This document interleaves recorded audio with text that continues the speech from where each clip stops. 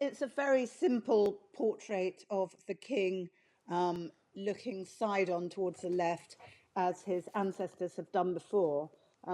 There's no crown. You can't really see any clothing. It's just incredibly simple portrait of his face. Let's talk about the image of King Charles that will appear on the new postal stamps, because it's been revealed they're going to be available for the public to buy from the 4th of April. The Royal Mail says in an effort to protect the environment, the King has ordered stocks of the previous Queen Victoria run out before the new stamps enter the general circulation. Let's talk to royal commentator Claudia Joseph. Hi, Claudia. Hello. So let's talk to me about the stamp. First of all, what's it going to look like? Well, it's a very simple portrait of the king, looking side on towards the left, as his ancestors have done before. There's no crown. You can't really see any clothing. It's just incredibly simple portrait of his face. I see. So is it going to be a striking stamp? Is the profile sufficiently noble? I think so. I mean, he looks very well groomed. He's got quite a bit of hair, and yes, No, it doesn't. It doesn't portray the king's, perfectly naturally thinning thatch.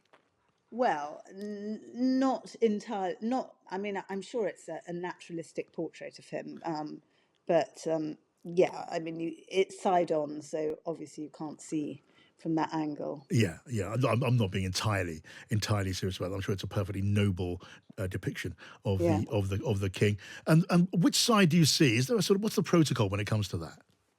Well, it's the same as the previous monarchs. It's he's looking towards the left, so you see the left side of his face, and his yeah. I mean, just it's a profile of the king.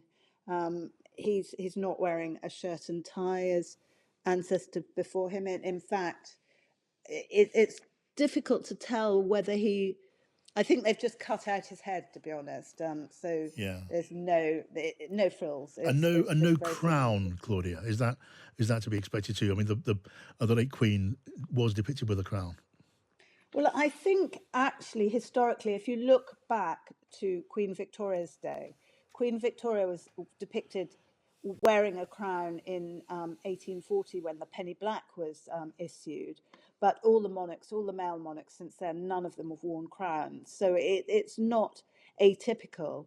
I think what Charles very much wanted to do was he wanted continuity. He didn't want change. He just wants to continue in the tradition of the generations before him, and it is very similar to previous portraits, apart from obviously stamps have got much bigger since Queen Victoria's day, and we've now got Yes.